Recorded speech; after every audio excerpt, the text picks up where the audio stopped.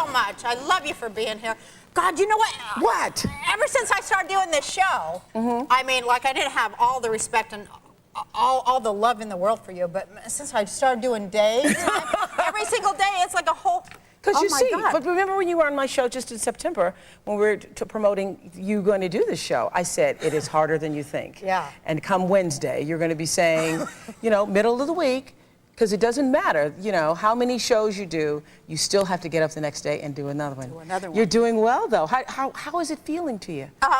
Well, it's kind of still scary, but I'm getting some feet, you know, I'm getting some footing a little bit. It's still a little scary. Yeah. But, you know, I watch you, and that helps me. Does it? Yeah, absolutely. Well, you know, I am... But I have to ask you one thing before... but I'm going to let you take control, because I have a tendency to do that. No, you jump in. No, but, you know, I am here because I have such admiration for you. And it wasn't the very first interview I did with you, because I didn't know who you were. You were like, I mean, like, who is this whacked woman the first time? But the second time I interviewed you, I think, we ended up doing a show with you that lasted 2 days. We ended running back to back because you had just written that book. And I was so amazed, because everybody just thought you were this, you know, kind of crazy, whack comedian. And I was amazed at your wisdom and your insight. Oh, yes, yes. And I said to the staff, you were so smart. You're so smart. I don't know if everybody recognizes that about you, but you're so smart and have been empowering women in ways that I don't know if people consciously recognize. But all those years on that show, when we would not miss one Roseanne show, what you were saying is no matter where you live, no matter who you are, no matter what your circumstances are, your life matters. And you can do it. And so that's why I'm here for you. That's why I'm here for you. Absolutely. Thank you. Yeah. But I was gonna say, okay, here you do the show every day. Yeah. And what renewed awe I have of you for doing the show every day and going through a lawsuit and putting a movie together all at the same time. Oh my God. It's way worse than having 5 kids and doing the show. Well, How you did know, you do that? I think that the people who manage being a good mother is the hardest job on earth. And so I've never chosen to do it for myself because I didn't think I could do this and be a good mother too. So I will say the trial, did you sit there with the all trial, that? you know, it's been like a year. I just celebrated the year anniversary exactly. Today. Wow. Today is a year. It's another day thing. Today, Wow, 3 things. the trial was over. Free speech rocks. And I learned a lot during that trial. You know, all of us, no matter who we are, go through horrible things in our lives. I was sitting on the witness stand when the prosecuting attorney was saying all these horrible things about me. It's horrible, you know, because, you know, she's malicious, she's a liar. And there was a moment where I just went inside myself and I thought, oh, I get it. What did you get? I got that the whole purpose of it wasn't about, it wasn't really about beef. It's about challenging what you're willing to stand for in your life. And that's what all trial does, not just being in a courtroom. Who are you really? It forces you to say, no, that's not who I am, but this is who I believe myself to be. And tell that to the jury. And all of us have juries in our lives. Right, but they believed you, didn't they?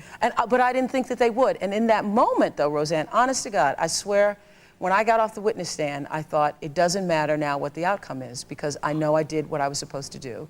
And I didn't expect the verdict to come back in my favor. You didn't? No, I didn't. Wow. You know, even when we're picking the jury, there wasn't even like a sort of brown person.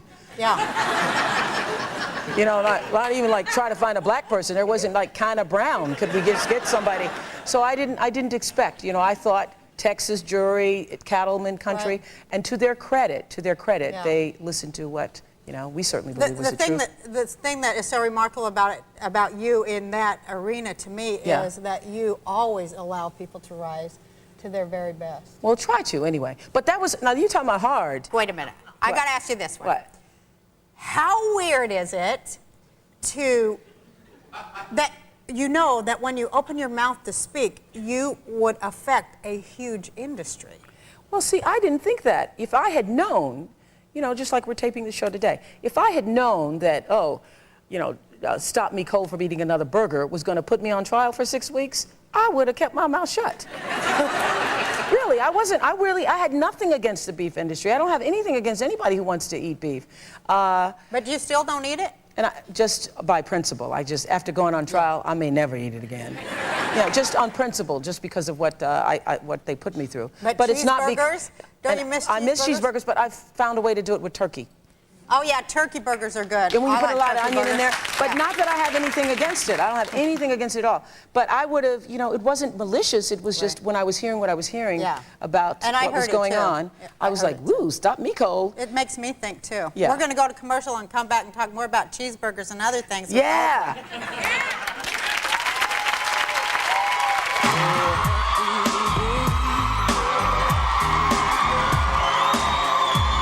Since the verdict was announced, we received over 13,000 messages online. Thank you all so much. Thanks everybody who wrote. I got this great message from Carol Burnett where she'd written hooray, hurrah, hurrah 100 times on the page. And I got another one from Roseanne Barr that said, congratulations, you beat the meat. Who care about each other. Yeah.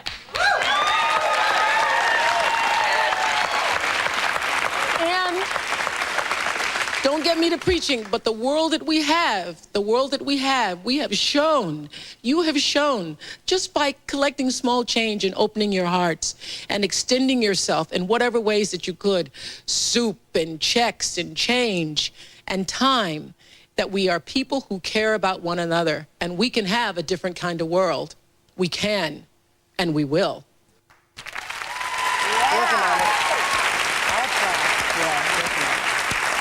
That was, I think that's what, last year we had this idea to just have people collect small change for a year. Right. Just, because what do you do with it? It's in your wallet, and you're like, I don't want the pennies, I don't want. So I thought, what would happen if everybody saved it for a year, we put it all together, and we would use it to send kids to college? That was a small idea. But in all ways, I think what happens on the surface of things, like small change makes a big difference. Small changes in your life make a big difference, too. That was, really what we were trying to say symbolically. But it was huge. We raised $3 million in small change. Just small change. Can I get nosy? Yeah, sure. You can ask me anything. I can ask you anything, because I want to know. Doesn't mean I'm going to answer it. Oh, you don't have to answer anything that you don't want to answer, but there are some things that I really want to be nosy about. Okay. Okay. Like the big nosy thing that I want to ask you. I'm dying to ask you this question. Okay. When you and Stedman are in bed. Yeah. Who controls the remote? That's a good question. We don't have a television in the bedroom. No way! No, we don't have a television in the bedroom. And when I'm out of the house, Stedman, like tonight, will be in the guest bedroom because he likes having a television in the bedroom, and I really don't like having a television in the bedroom. I don't, because you're in control of that space then. So I'm in control of that space. So now, does he ever? That's good. That's good. Not a television in the bedroom. I want you to be in control of everything. Well, thank you. Now, no, but you know what? But wait a minute, I have to ask you something else now. Okay. I'm being really nosy. Okay. What does Stedman nag you about that about drives you out of your mind? Is there anything? Closing the cabinets in the kitchen when I come through. He says, because I have that. I'm thinking, okay, so you close them. You saw it. Close it. But I open the cabinets, and then you take something out, and then you open the refrigerator, and you take something out, and sometimes I don't close the cabinets. That's the thing I get nagged about the most. Does it just irritate you to where you want to just No. We, I think, maybe have had in 12 years maybe 2 arguments. It's not it's very peaceful, very harmonized. It's very. Very supportive. It's not like that at all. Does that blow your mind that you found yourself after your life and all the stuff you've been through? Because I've had all of that, all of that craziness, standing on the hood of the car.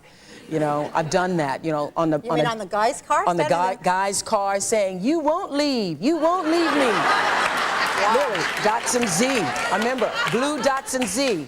And then holding onto the bumper, and he pulls off, and I'm falling all down. Oh my God! Yeah, I've done all that. I've done that. Now, how did you get past that? Throwing the keys down the toilet and trying to hold onto the door, and him slamming the door and go, "That's my hand." I've been through that. How did you move past it into like having a peaceful and Because you say to harmonious... yourself, I don't want to, this is what happened to me. I was in a really, during my 20s, I was in one bad relationship after another, because you draw to yourself what you're accustomed to until you figure it out. Now we know this, that if you don't get it in your childhood, you spend the rest of your life looking for it. Especially those of us who have sexual abuse issues. You have no boundaries, No boundaries. No boundaries. And so you're always going up to people and trying to say, love me, love me, love me, would you love me? Which has been my biggest thing to overcome. And just now, I'd say, going into my 40s. Aren't the 40s freeing? The 40s are freeing, You're there, right? Yeah, I'm 46. Okay, good. Okay. The 40s... Thank God for the 40s. Thank You're right. God You're for right the 40s. Thank God for them. You come into your senses. Come to your senses, oh yeah. Because I spent my biggest problem all these years, even when I was, Miss, syndication, making all the money, getting all the attention in the early years, I still had this disease to please, this will you love me, will you love me, will you love me? I want to talk about that more after we go to commercial. I'm getting so good on these breaks. Are you? I'm still bad after 14 years. Well, I've been going like a half hour over, so they're screaming at me. Yeah, I know. But more with Oprah after this. Okay.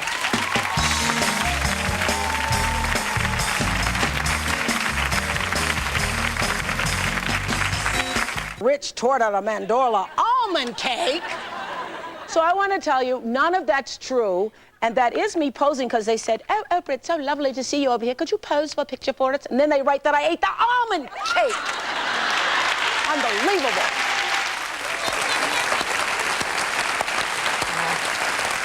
Yeah, there was a phase. Does this happen to you? What? There was a phase, but I certainly brought it on myself after I dragged out that wagon of fat. Then everywhere I went, everybody would always report everything I ate. Right. They'd sit. Well, you made yourself a huge target. Yeah, I did. You dragged out 80 pounds of fat in a wagon. I know. Yeah. I think it was 67, but anyway, it looks 67. the same. But anyway, and so everywhere you go. Tell me about like having.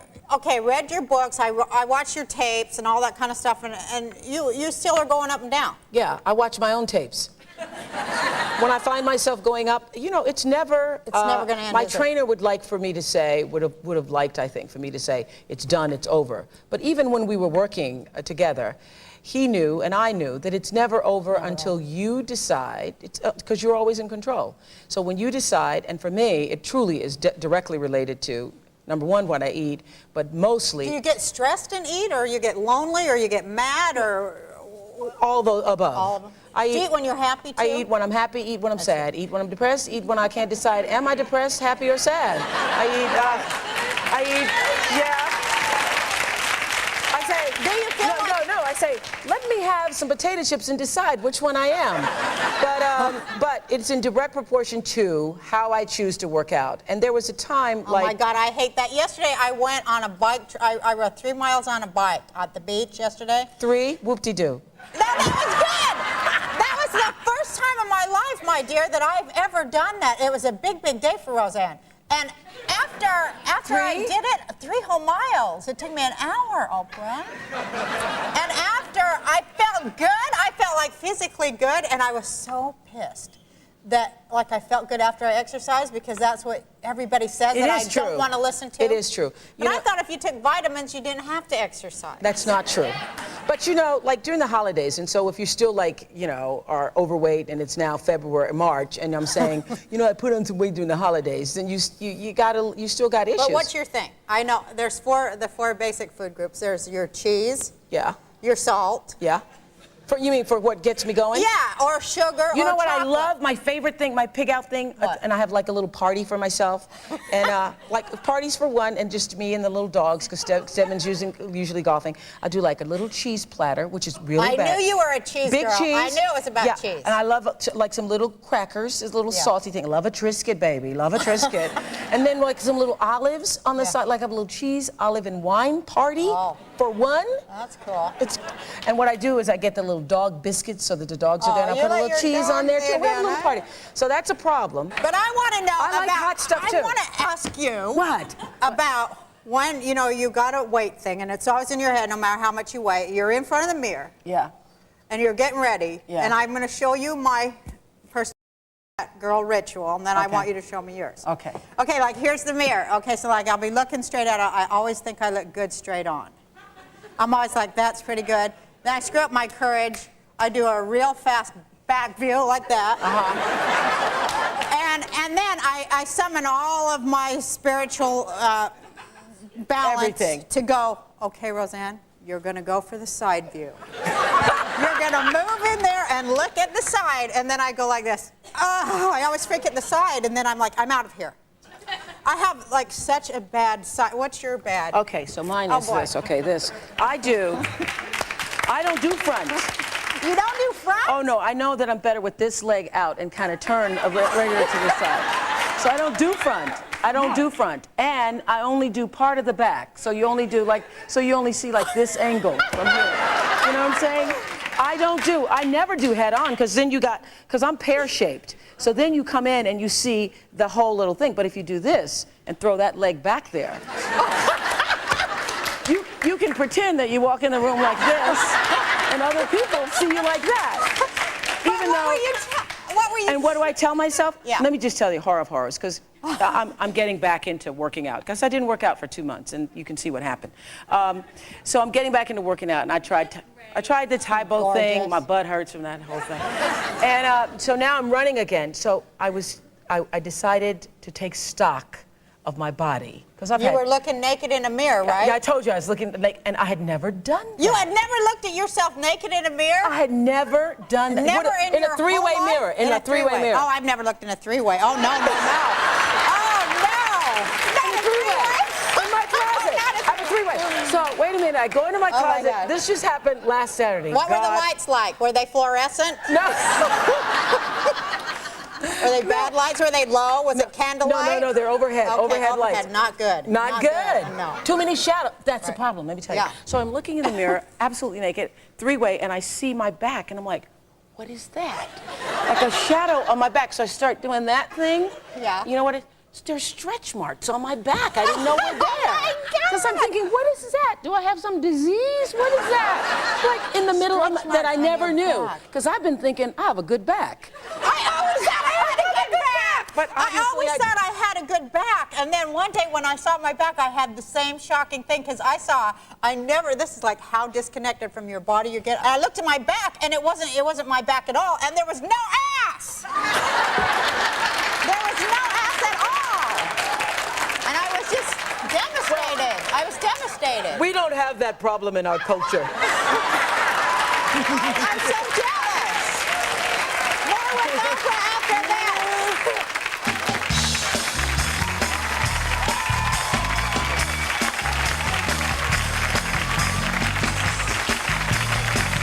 Nosiness. Okay. I want to know, who does Oprah Winfrey call when she's outraged? Because remember we have riots here in LA? I was so scared and outraged that I called up Jesse Jackson and a whole bunch of other people. But I was like, who could Oprah Winfrey call about outrage? I mean, anyone in the world, right? Who have you called to say, this must stop?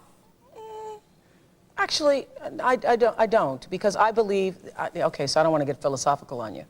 I believe things happen because we have all consciously agreed that they should happen, and that there are more people who have said it's okay than people who've said it's not okay.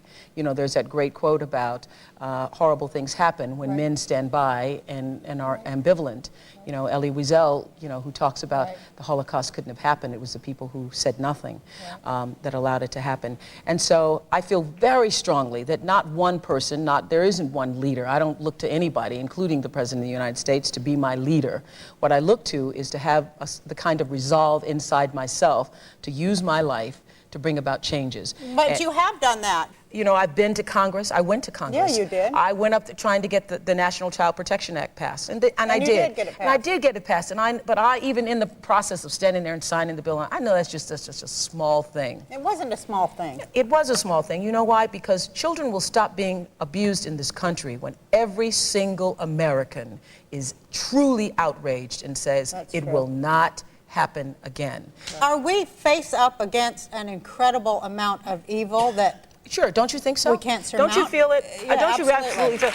I feel that there's a real fight between light and darkness. There's forces of evil and forces of... And we all have that fight right inside of us, right? That's right. That we bring to the world, That's what being human is. That's what can I ask you a real nosy question? Sure. Have white people been nicer to you the more money you make? Boy, you have good questions. Have white people been more? I think what happens when you're a black person in this country, and because I've been sort of a quote celebrity since I was 19, and wasn't making any money in Nashville, but you were known. And people used to call me up in Nashville when I first started TV and say, "My God, I never knew a colored gal could talk like that. It is just amazing that you can read the way you do. Where'd you learn to read like that?" How did you? So yeah, I was treated different. Were you like outraged, or no? I wasn't outraged. No. Why would I be outraged when I understand that? Okay, for the most part, based upon what you've seen in your life, if you're a white person in Nashville at that time, and also many people throughout the country, you don't know black people. We're only 12% of the population. So there are many places in this country where you can go and you never even know a black person. So all you know is what you see on the news. What you see on the news. And what you see on the news, I'd be scared too. You know what I mean? But it's so interesting. You know, I have a neighbor, I have a farm in Indiana, and Indiana's like this, where the Ku Klux Klan was born. I know. And I have a farm there. And my neighbor, John, he's a really nice guy, kind of elderly white man. And I have sheep. And I have these sheep that start out black and turn white. I don't know how they do that. I heard about those sheep. Yeah, the sheep that start out black and turn white. And one day, I was talking to John about the sheep. And I was saying, Jesus, I hope that, you know, wouldn't that be terrible if that happened to real people? You start out black and then wake up one morning and you're white. And my neighbor, John, said to me, "Oh, you're not black." I go, "John, you're looking at me." "No, you're not black. I don't think of you as black." "No, what you mean is you don't think of me of what you thought black was." You know what I'm saying? So there was a little black sheep education for John. But you know what I'm saying. I do know what you're saying. Yeah. You ever sit there and wonder, why did God, I mean, here's you talking, me being in your head. Yeah. Why did God make me a little black girl in Mississippi who went through such pain, such loneliness, such sexual abuse to the point where, like you said you were 14, promiscuous and pregnant, out of control. Do you ever wonder why you were sent here in that carnation and what you're supposed to... This is so interesting. I love your question. What are you supposed to learn from it? Why did God make you Oprah Winfrey, and what are you supposed to teach us about it? What were you personally supposed to learn about it? Oh, I'm still learning. That's the beautiful thing about it. But do you feel you are you in spite of what happened to you, or because of it? Both. Really good, thought-provoking. In spite of it and because of it. And I never thought of it until you just asked it just now. But it's not in spite of it I have become. You know, the beautiful thing about all of our lives is that each one of us is what we are based upon everything that has happened. Consciously and subconsciously, we carry those memories with us. I think. Do you believe in reincarnation? Not in the sense of, you know, like, you know, I don't know how I believe it actually happens or takes form. I haven't. Well, think about it while I do a commercial. Okay, I don't think like, you know, my grandpapa comes back as somebody else or something like that. But do I believe in life beyond? Go to the commercial break. Go to commercial. Keep talking.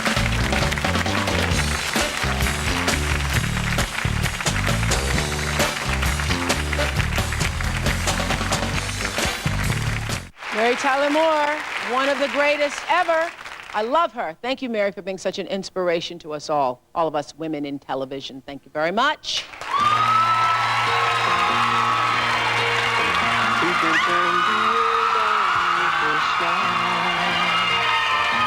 What you do on this show with such intelligence and grace and sensitivity, what you do for literacy, I am in awe of you and so grateful.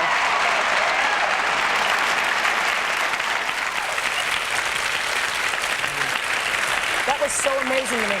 That's why, I mean, I had the publicist for this for my show ask the publicist for your show about 100 times, no surprises, no surprises. I don't handle surprises well. I mean, I still look at that and I'm like, you know, I get a headache. That just blew your mind when she Truly, came out. I had an instant headache and couldn't function the rest of the show. Really? Yes, because for years, during those years when I was throwing the keys down the toilet and having bad relationships, on Saturday nights, it was Mary, followed by the Bob Newhart show. I watched that. I'd wash my hair just before Mary, put on the conditioner for the whole thing, Yeah. sit on the dryer during Bob Newhart. So it was like a way of, Mary was like my mentor. I wanted to move to Minneapolis because of Mary, because I thought she really lived there. You kind That's how stupid I was.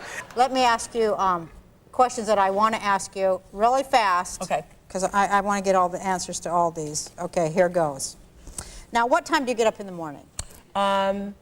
I started working out after seeing my butt in the mirror, three-way the other day again. So now I'm back getting up at 5:30. 5:30 in the morning. What time do you go to bed? When I'm not working out, it's 6 or so. I was trying to buy that extra hour. Yeah, you sleep in an extra half hour. So what time do I go to bed? Yeah. 9:30. That's not too bad. Not bad. Do you swear in real life? Yeah, I do, and I'm trying to stop. And I really have been. Do you swear badly? I swear. A lot? Used to swear really badly. Really? But that was my New Year's resolution, and I've been working. I had a Of this year, 1999? I had a swear counselor on. Yes, I'm trying to help myself swear. What's your favorite swear word? The big one. The big one, that's mine too. It's the most. The big one. It is. It's so great of a word. And it's hard to replace it too. I'm telling you, Roseanne, I'm having that, and you know, and the S one too. That's the hard. S one, you can't get rid of the S one. It's hard, you know. Like I try to say, Shazam, kind of doesn't work. No. Doesn't give you the punch you need. No, you need that punch in the pants to get your day going, don't you? Yeah. But I'm working Have you on ever gone on your show without taking a shower? Have you ever done it? Let's see. Honestly, I have. I have to admit. Come on, you know it. Yeah, Even one day? Yeah, I think I have one day. Okay. Yeah, I was running late. I didn't know I was live, and it just was easy. And I thought, you know where you do that? Yeah. And then you go, I'm okay. Right. I'm okay. I'm okay. I can make it. Yeah. Have you ever like been at a party and double dipped with one potato chip twice in the dip? No, I'm not a dip girl. I'm not a creamy. I'm not a. You're a cheese girl. Yeah. I'm a cheese. I would put the cheese on. I'm not a creamy dip girl. You ever peed in the pool? Oh, for sure.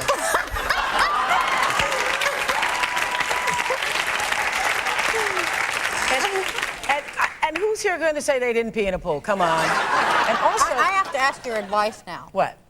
Okay, you have something like 41 Emmys, 39 Emmys? 26, I think. 26, but who's counting? Okay. 26 Emmys that you have won, which is so amazing. It proves that you know what you're doing and you're doing it right. I haven't said this to anybody else. I took myself out of the running this year. You did? I did. I'm out of the running for the best host this year. What'd you do that for? I did that because last year I was given the Lifetime Achievement Award. Right. And okay, after you achieved it for a lifetime, what else is there? Right. I got the Lifetime Achievement Award. And so that said to me, you have done it.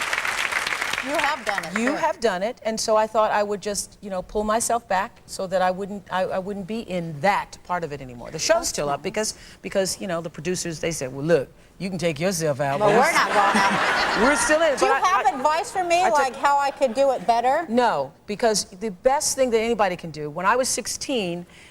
My father gave me this birthday card. He didn't even know he was doing this for me. He was just like, you know, picking out a Hallmark. But on the card, there was like this kind of poem that said, be yourself, be your best self, dare to be different, follow your own star, act as if everything depended upon you, and pray as if everything depended upon God. And I just took that on. I put it on my mirror and when I was 16, and that has like been my motto.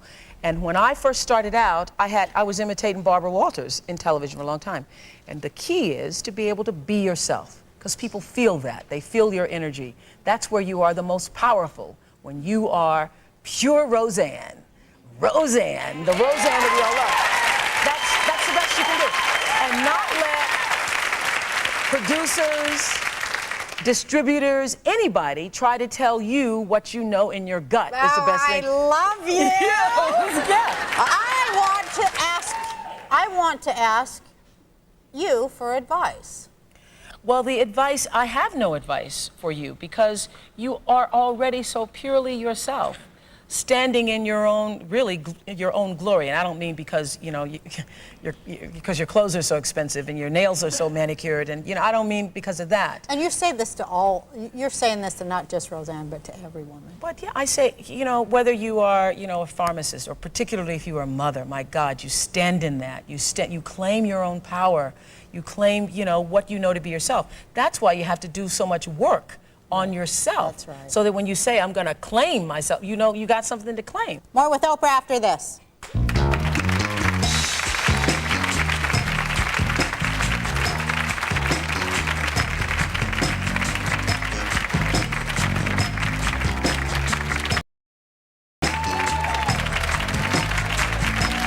Domestic goddess herself, Roseanne!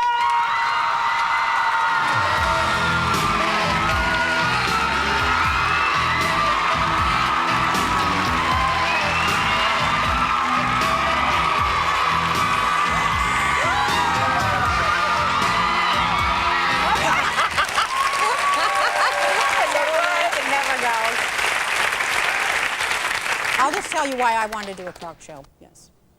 Because finding myself so inspired by you always, and as the woman on TV that all of us watch every day, to like have an anchor in something higher than filth, that a lot of us have to live through, a lot of us have gone through, a lot of us is changing or passing through. And I just felt like, for myself, that all the years that I did the Roseanne show, which were almost 10, I feel that I put out a lot of things that were coming from a painful and dark place inside myself, and I let them go over the air, you know? I let them go. Yeah. And I felt like I wanted to, being inspired by you, that I wanted to come here and do this too, to kind of try to correct, you know? Try to correct some of the things where I said it was somebody else's fault, which I said before was just well, you the can't go wrong wrong. thing. You can't go wrong with that, because whether I think, you know, please, I just am trying to get through life, learning what I can. That's the whole point. Picking up from your life experiences, learning so that you don't have to repeat that mistake again. And what I have learned is that every one of us, I think, is born to use our lives. To use our lives. And because, and to those of us who much is given, you know, the difference between my life and your life and everybody who's watching us right now and people who sit in the studio is that people just see ours. Ours is magnified. It's literally magnified through the television lens. So is that what sits in your head when you look back on that little girl that was 14 and promiscuous and pregnant and out of control? That was you? And for all the little girls out there who are like that. What sits in my head is how, you know... How did that little girl go from that little girl to When you're asking me, do I ask God that? I don't. I don't even question. I am so grateful for my life. And I am even grateful for, I know this would be hard for a lot of people to hear, I'm grateful even for the abuse. Because the abuse brought me to this point and made me so much stronger. And I can now use it to help everyone else who has been to see. You do show us all that we all can aspire and grow to that's too much for me to bear. Far higher place than we ever even dreamed of. I Can't you bear that? No, what I can handle is somebody sees something. The best compliment I ever got. Why can you not bear that? Because nobody is ever going to be me. You know, I got that when I was... Why can you not bear to hear how much we love you and look to you and... Oh, I can hear the love. I can accept the love. But what I can't bear is, like, people say, I want to be like you. You can't, because you can't. Okay. You can't, because I don't want to be like you. No, you don't. But I want you to hear that we love you, Oprah. We love you. I love you. I know you hear that, right? I hear it. Right in your face. I love you. But the best compliment I ever got, I want to put this on my tombstone. When I first started out, a woman wrote me this letter, because, you know, that's when I read every single thing. She said, watching you be yourself every day makes me want to be more of myself. That's brilliant. I just thought, whoa, that's it. Because, you know, all those years I want to be Diana Ross, I ain't going to never have her thighs. No, yeah, you're never going to be, and I can't sing either, even though I'm doing the theme song. But, you know, seeing something in somebody else that says, I want that. I want that essence. I want that energy. Well, that it's okay to be who you are. That's all you can be. That's right. So you just better work on that. Okay, well then I'm gonna, because I was like debating whether I was gonna do this with you or not, but this is arm wrestle, 2 out of 3 for $1 million. Come on. I've been working out. Come on. Get up there. Okay, wait a minute. 2 out of 3, a cool meal. 2 out of 3? Yeah. And where are we going to give it to? Me. Because I'm gonna win. No, we have to give it to a charity. I can't give it to you. I can't really give $1 million, it's a joke. But I'll say 10,000. Okay. I'll say 10,000 to charity. For 10,000 to charity. I pick or you pick charity. Okay, 2 out of 3. We 2 out of 3. Means we got to do it 3 times? Okay. 2 times if I win both of them. Okay. Okay. All right, go.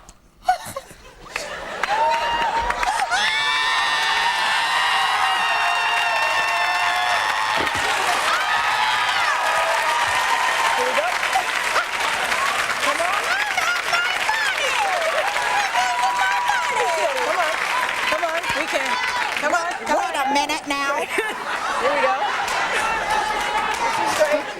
I better win 1 at least. No, I forgot. You got 10 years of working out on me. No, you say you've been doing it. I've only been doing it a week.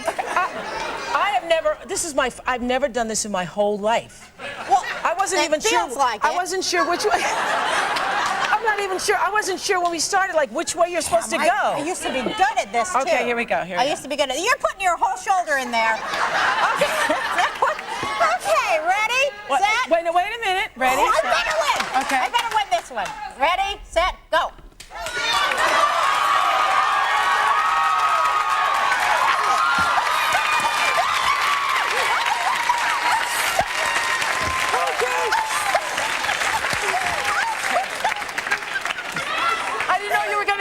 I would have practiced. Okay, here we go. Okay, this is the last and final for the 10 G's. Wait a minute, do I have to use the same arm? Yeah.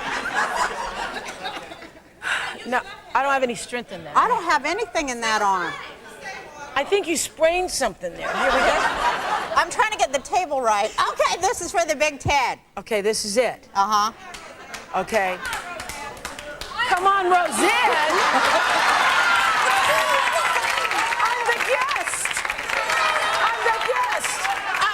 She's the guest. Okay, wait a minute. Okay, okay, here we go.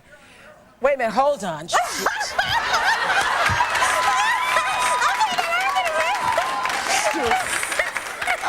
here we go. All right. Now we got it. Okay, I know you do not want to lose this one. You know I can see all that fire in your eyes. Yeah. You are not going to let me win. I know you are. I don't know. I don't know. I think you can. I might have to come in there and bite your ear off. But I'm going to do it because I'm going to win. I'm going to win.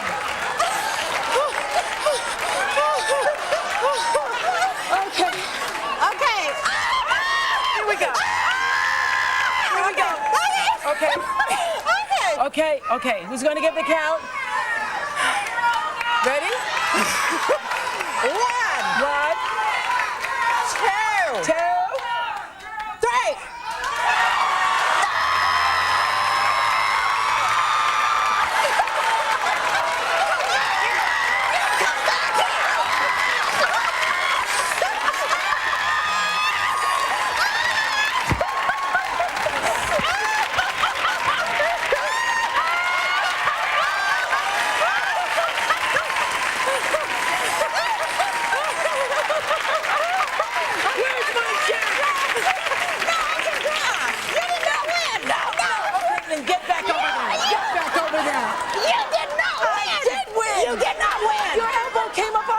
That doesn't count. It doesn't count. You won. No, you cheated. You cheated. Where's the playback? All right. Okay. $10,000 Angel Network. Come on. All right. All right. Thank you so much. No, thank you. Okay, I'll let you win. Because you're the guest. Bye. Bye, everybody. Thank you.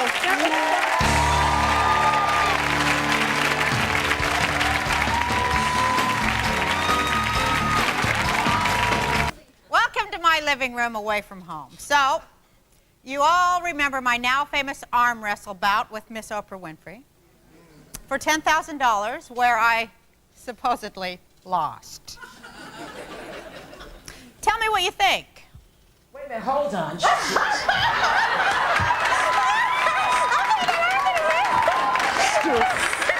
Okay, here we go. All right. Now we got it. Okay, I know you do not want to lose this one. You know I can see all that fire in your eyes. Yeah. You are not going to let me win. I know you are. I don't know.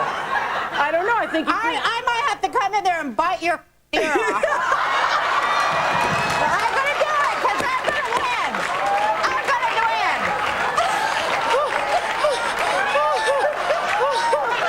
Okay. Okay. Here we go. Here we go. Okay. Okay. Who's going to get the count? Ready? One. Two. 3.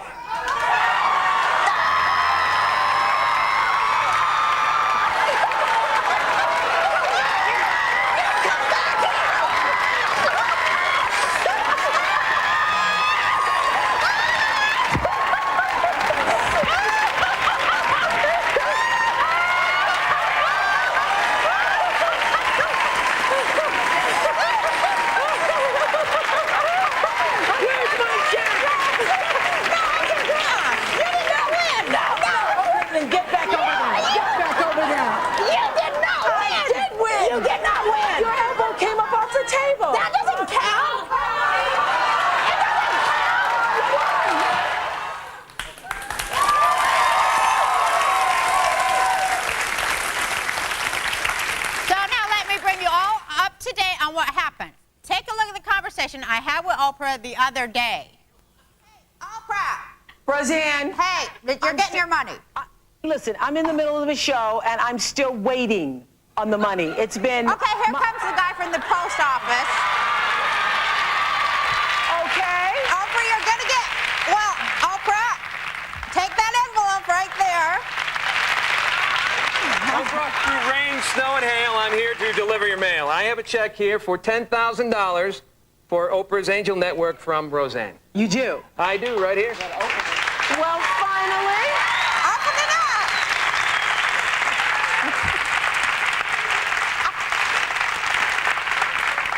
To Oprah, you finally paid up, Miss Roseanne. Thank you so much. See ya. See ya. Thanks, Roseanne. Thanks, Oprah. Okay, I paid.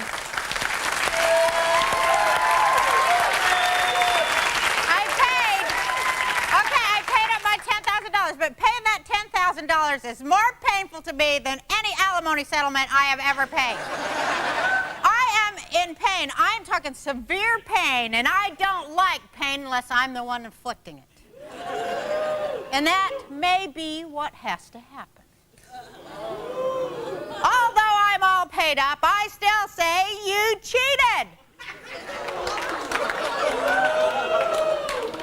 But I am done quibbling about it. I'm done quibbling about it. I'm going into training. Serious training. And I have just one more thing to say to you. You, Miss Oprah Winfrey, have not heard the last from me. I will be back. Better, slimmer, stronger, and more beautiful and better than ever.